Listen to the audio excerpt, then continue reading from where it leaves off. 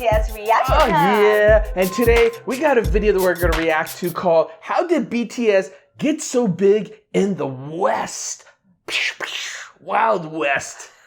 Alrighty. A different video about BTS? Yeah, I mean, we already know that they've dominated the world, and they've always had an interesting story in terms of like how they eventually became so popular in the West, which was contrary to, I think, how a lot of early media would portray it. It wasn't some deliberate, obvious strategy. And I think this will go into how they went about doing that.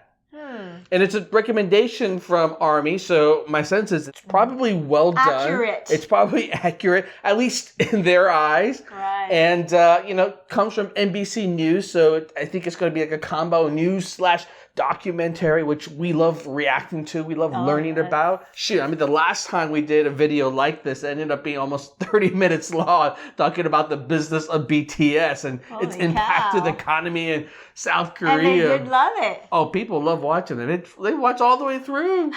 I was shocked as I started to ramble on about, here's how you actually go about determining economic impact and how you do an analysis. And it's my wheelhouse. That's right. This is what gets me turned on, gets my nipples hard. Okay, are we ready to learn and listen to this? You tell me, Lulu. I am always ready to learn.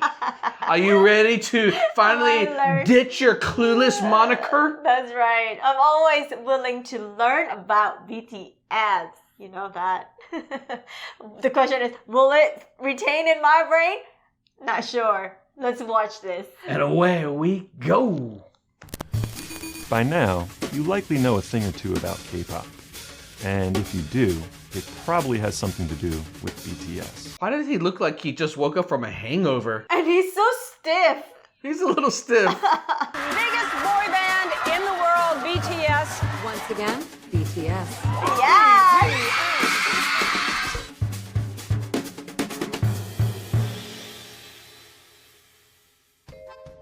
The 7-member boy band from South Korea has racked up a mind-boggling trophy case of achievements in the English-speaking world. For those keeping track, He looks so creepy to me. He's just a little disheveled, a little almost uncomfortable being... He's got a great voice, though. Great narration voice. that's 3 consecutive Billboard #1 albums, 2 certified platinum singles in the United States, and 2 sold-out nights in a row at London's legendary Wembley Stadium.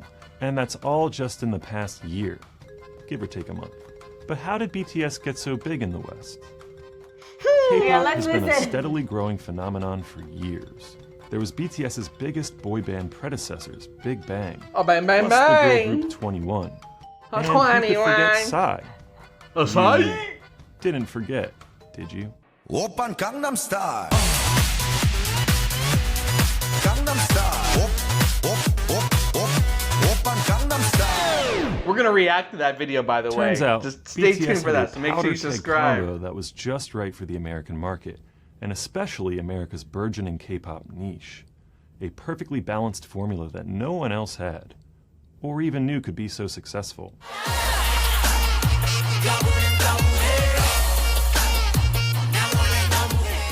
For BTS, it all came together on a mini-album, or EP, that the group released in April of 2015, called Hwayang Yeonhwa, or The Most Beautiful Moment in Life.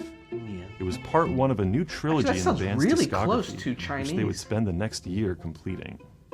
Parts 2 and 3 were important to their success too, like everything else they'd released since then. But that perfect balance really all came together for the first time on part 1. So what was it? That formula can be thought of as an equilibrium of 3 components, each one reinforcing the others. The first one you could call urgency. From the songs' production to the lyrics to the group's performances as vocalists and dancers, there was a sense of urgency uncommon to K-pop at the time. Suga, a rapper and the main producer in the group, opens the album with an atmospheric intro track that vividly evokes his deepest anxieties, with lyrics like, "Because of other people's standards for success, my worries spread like cancer again," followed by the first bit of English on the entire album. That's true. That era, they were very open about things that normally you would never hear talked about in the K-pop world. Or actually, even I would say music in general. Usually it's about flaunting and flexing. And they were very open about like the challenges they faced personally. That's right.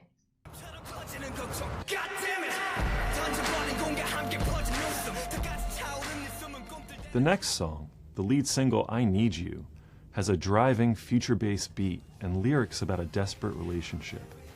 The words are directed to a hypothetical girl, but it was easy for fans to read between the lines.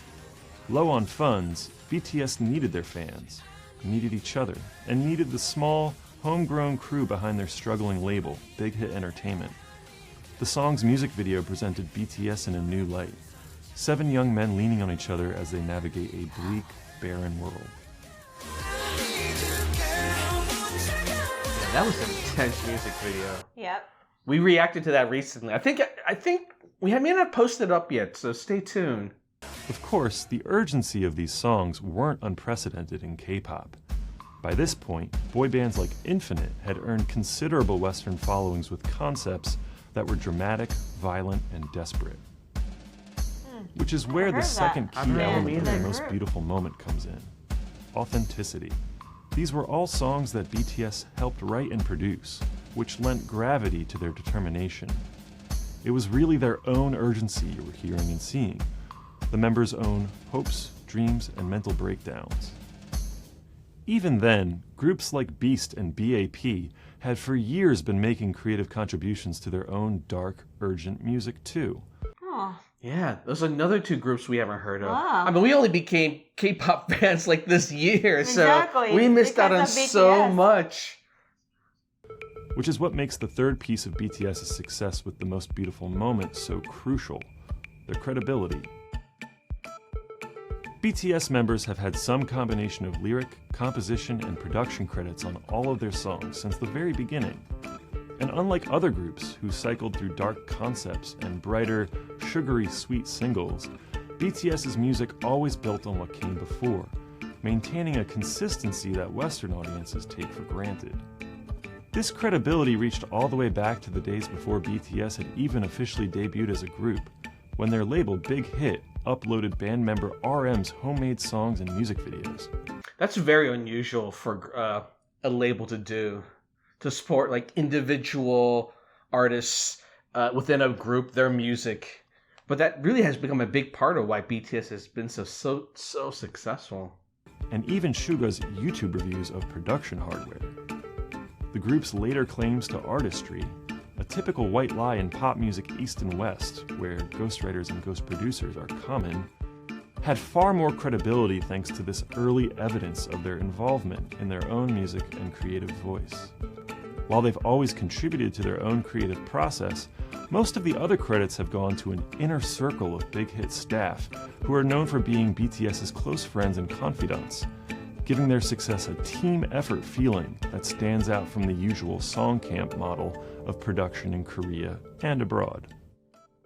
But the overall message of the most beautiful moment was what was really most important.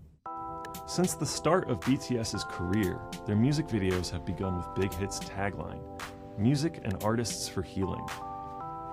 The urgency that BTS conveyed so perfectly on the most beautiful moment, backed up by their authenticity and credibility as artists, has always been messaged as being part of a greater goal: to heal themselves and their listeners, and to provide a spiritual nourishment.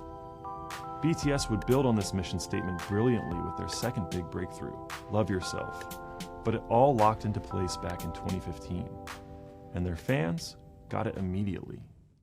Wow. Wow. Really I have to interesting. agree with the rest of the armies. This video really did a great job on explaining why they got so big here in the West. Yeah, I mean, everywhere in the world. it's very right? well done. I mean, it's definitely a research piece, although you could clearly see, I think, the way NBC News has positioned it is it's an opinion. So in other words, it's research that was gathered and then his opinion about that research. It's not definitive. It's not considered fact in terms of how he's interpreted it.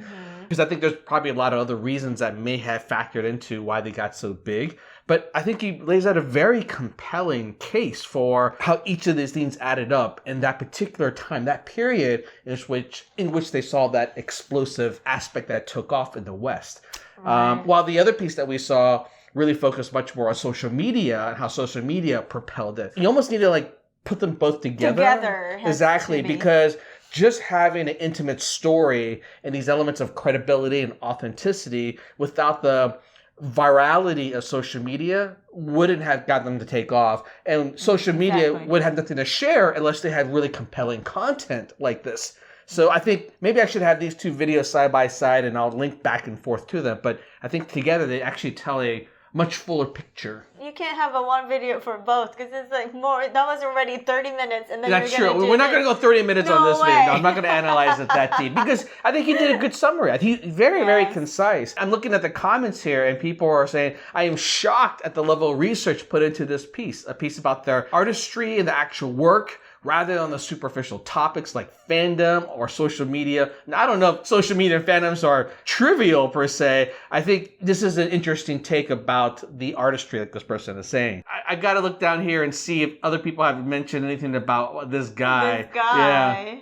Wow, I'm just scrolling through the comments and it's just universal praise that this many people in the army are in agreement that yes, this is how. They did a great job on explaining. Wow. They explained I'm always it. usually expecting at least one or two comments like, boy, they really got this piece wrong, or they got that piece wrong, or something like that. But no, this time it's universal All praise. positive. Yeah.